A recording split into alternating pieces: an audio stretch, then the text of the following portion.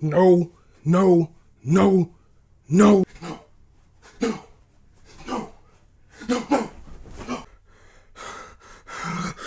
Ah! I thought we were good. I thought we were good, people. I thought we were good. I was ready to lose some Tekkadan boys. That's just the nature of war. I thought we were done with losing turbines. I thought we were done.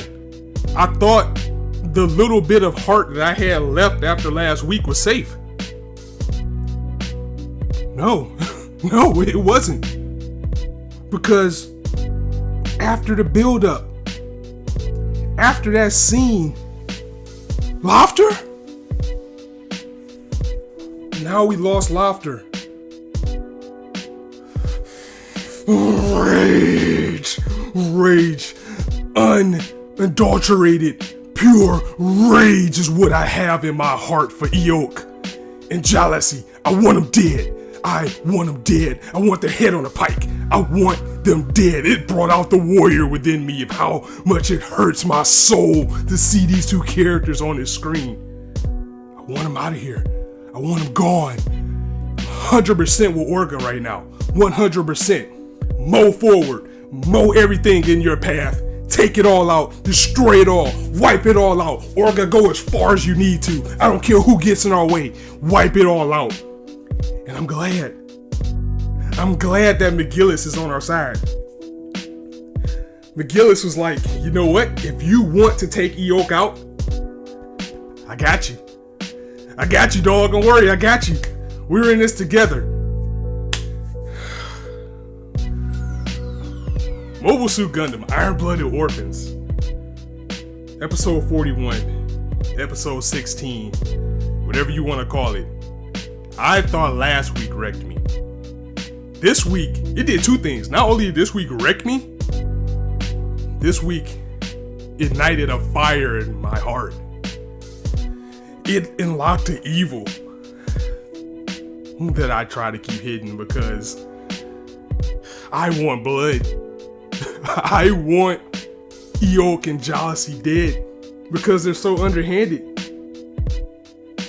If their end doesn't come soon, I might go insane. I'm just gonna go ahead and say that now. So let me take a breath. Let's get to the episode. Okay, I'm good. I think I'm good. I think I'm good for now. So let's go forward a little bit. You know, this week, that crusty fuck Jalessey.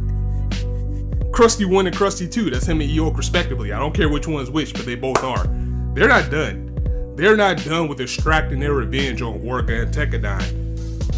And it starts immediately, like with the funeral of Naze. I mean, Gjallarhorn didn't even let the Tewaz or the Turbines keep Naze's body or the suit. Or I can understand them not letting them take Amita's suit, but they could at least gave them Naze's body. They even retrieved that. And they had the funeral, and Jalessey was questioning old man McMurdo. He was like, why are you having a funeral for them? They're a criminal. I don't think you should do that. And I like that McMurdo bossed up. He was like, you know what? This was my friend. I'm going to do what I want. When you're dead, you don't have any more crimes. This is my company. I'm having a funeral. Shut your mouth and get in line. So I really like that McMurdo is stepping up, and he is also smart enough to know that something's wrong. Because he's looking at things like Jalessey may be a little bit too happy that this is happening to someone within their order. Also, he's like, you know what, something is fishy. Something fishy is going on with this. And Jalessey, he stays with the crusty factor as well. Even trying to draw out Tekkadan in the funeral. He's all like, haha, that old idiot is dead. They didn't even have a strand of hair for him to bury. Oh, look, these little space rats are here too. What are you gonna do now? Your brother's gone. Ha ha ha. He tried to egg them on, but you know, Orga, he was like, you know, calm down, because everybody's pissed. He was like, calm down. We can't attack them here. Just eat it. We're gonna go plan something. And you know what? We also get to touch base with that crusty fuck Iok as well. And we talked about this in the comments last week. I would have thought Roostal would have been a little bit more upset about what Iok did. I mean, granted, it does help him in the long run. It does, to get Tekkadan out the way. But the things that Iok did to make this happen, first and foremost, he went up behind Roostal's back. And secondly, you know, they were surrendering. He was still firing on surrendered people. the illegal weapons are there, which he gets a little bit of heat for because he's like, McGillis is on to you using these illegal weapons, so you need to calm down. You need to lay low. We'll get this covered up. So Iok got away with just a slap on the hand. I thought Roostal would have been a little bit more upset about that, but he wasn't. And oh man, it's like it was a heart-wrenching episode, but it was a hype episode as well as we're moving forward because we got to see the Barbados Lupus Rex, which is probably going to be the final form of the Barbados. And that model kit's out too. Well, it's not out, but it's out for pre-order. I think it comes out next month. It's looking badass. Oregon's like, from this point, we're moving forward no matter what. Mika's like, well, how far do you want me to go? Because at this point, they're going against Tewaz and Gallahorn at the same time. And he's like, as far as we need to go, we have to move forward. There's no point of going back at this point. So it's all in. And what fueled this fire even more is Jalessey's plan overall to try to get Tekkadan basically wiped out. His whole plan and the reason why he had Lofter assassinated. And I'll get to that in a second. No, let's get to that now because it hurts so much to lose Lofter the way that we lost Lofter. Again, we thought the Turbines, we thought they were done with them as far as what they're going to do. McMurdo took them in, basically going to split them up. But Lofter got the go-ahead from Ozzy. She basically got the nod from Ozzy, like, if you want to go to Tekkadan, go ahead. Don't act stupid with us. We know why you want to go. You love that man. You need to go. And Amita, she saw it too. You need to be happy. You need to go be with Akihiro. So she goes, to Tekkadan and basically steps to him like, hey, you want to go out for drinks? And he's like, okay, sure. I'll go get the other guys. And Shino and Jean, they pulled him aside like, you idiot. Go with her by yourself. They had to literally tell him, you can get some love tonight that you don't have to pay for. Go by yourself. So they go and have drinks, and in their own way, they share their love for each other. They talk about their hurt and how they came up and how they became better people by being in Tekkadan as well as the Turbines. And she finally gave him that hug that she promised to squeeze. And oh my God, it was just so beautiful. And then she's out. And she goes to like a Build-A-Bear place and she sees a bear with some brooding eyebrows. Oh my God, it looked just like Akihiro. And then some thug just assassinates her, just shoots her in the head through the window. Lofter's taking this really hard. Lofter took this so hard that she's sick right now because she feels it's her fault for leaving her alone.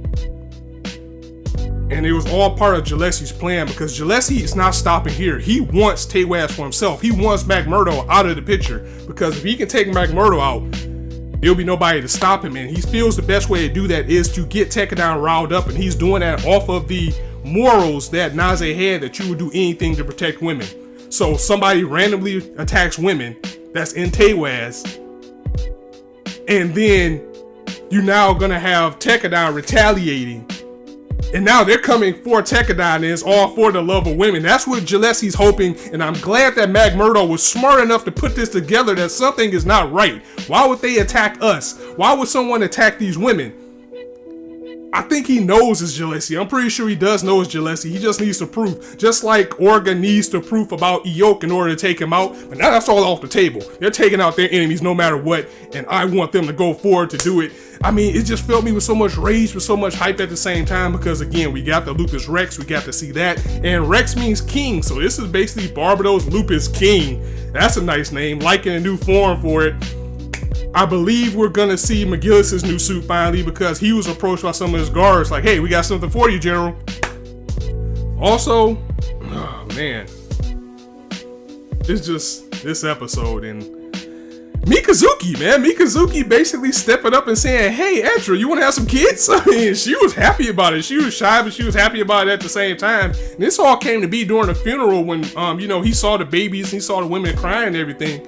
So that gave Mikazuki something to live for. So that brings a little bit of light to the things with him because I didn't think he was going to make it through this series. But now it looks like he has something to fight for, or at the very least, he's going to leave his legacy behind. It was a good episode overall, but the rage that Iok and Roostal too, he's in the hell, might as well. And Jalessey do, just the rage that they put me into in this episode, that's what shines through the most. And also, I'm 100% on McGillis' side now. I mean, even if he does do something a little bit shady, I don't care at this point because of the moment that he had with Orga by saying, if you want to go after Iok, you want to take him out, I'm with you. I will help you. You have my back because we're in this together and I will not betray you. Because Orga, understandably, he was worried about his position. He was like, if we get cast out of Tewaz, we're just going to be stray dogs in space again. We're going to probably be slaves to someone. Where did that leave us? But McGillis was like, hey, we're all in this together. Mars will be yours once Tekkadan become mine. So we need to work together to make sure that happens. So that was good as well, because I was always on the fence about him the entire series, and I keep saying I see him more as Zeg Marquise instead of Char, even though they're one and the same. But I think now his intentions are clearly clear. And as far as the fate of this series goes, I know a lot of us are excited, and a lot of us are saying this may be the first Gundam that actually goes past 50 episodes, and it might get a season 3. And this little bit is actually not from me, but it's from Sun Wukong. He brought up a very good point when I mentioned this to him. He said that, you know what, he doesn't think that this Gundam, and I agree with him wholeheartedly, he doesn't think this Gundam will get a season 3 per se, but it probably will split off into another series and still be in this same timeline. For example, like how Gundam 0079 and Gundam Zeta. Zeta's a sequel to Gundam, but it just started a whole new number path. So I can see that going to this route as well, unless we're truly just going to get Tekkadan going forward and moving with wiping out Tewaz and the corruption, which is Iok and Jalessey, and then everybody gets what they want in these last 9 or 10 episodes. I don't think there's just enough content to finish this off in this season. It might be still a little bit left. Unless we're completely done with other suits out there and we're done with other mobile armors, it can't go any further. But if we still have that part of things to get to, and it could very well get wrapped up quick, because we are going to get a battle next week, so they could just mob Jalessey out no problem. And especially with all these suits, you got the Rusei Go now, you got the Gusion, you got a new Barbados. Hey, it could very well end next week for these guys, so I'm hoping for that. That will fuel the rage of vengeance that I have in me, that you saw the demon come out in earlier in the video, but now I'm back to myself.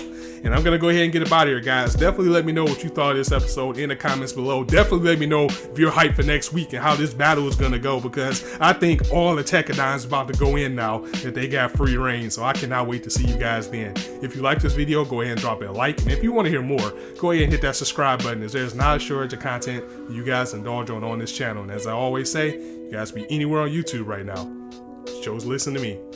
I really appreciate that, so thanks for stopping by. Little Witch Academia usually comes out very late in the day. I might have to get to it tomorrow, especially if Promised Neverland comes out too. So we'll just have to see how things go with that. But either way, you're gonna get it. So it's your boy Scott signing out. See you soon.